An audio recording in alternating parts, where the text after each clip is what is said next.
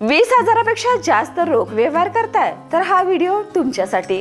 अजूनही तुम्ही मित्राला, नातेवाईकांना किंवा ओळखीच्या व्यक्तीला मोठी रक्कम रोखीत देताय अगर घेताय तर ही बातमी खास तुमच्यासाठी।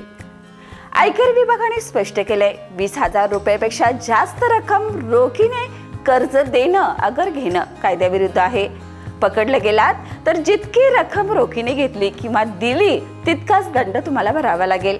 म्हणजेच 25,000 दिले तर 25,000 दंड।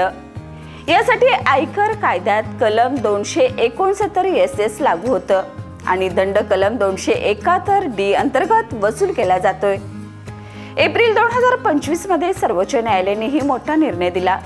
2 लाखापेक्षा जास्त रोख व्यवहार थेट आयकर चौकशीत येणार। ज्याने पैसे दिले त्यालाही पैशाचाच दोष सांगावा लागणार। सरकारचं म्हणणं आहे की मोठ्या प्रमाणात रोख व्यवहारामुळे काळा पैसा आणि कर चुकवेगिरी वाढते, म्हणून आता कडक कारवाई होणार आहे।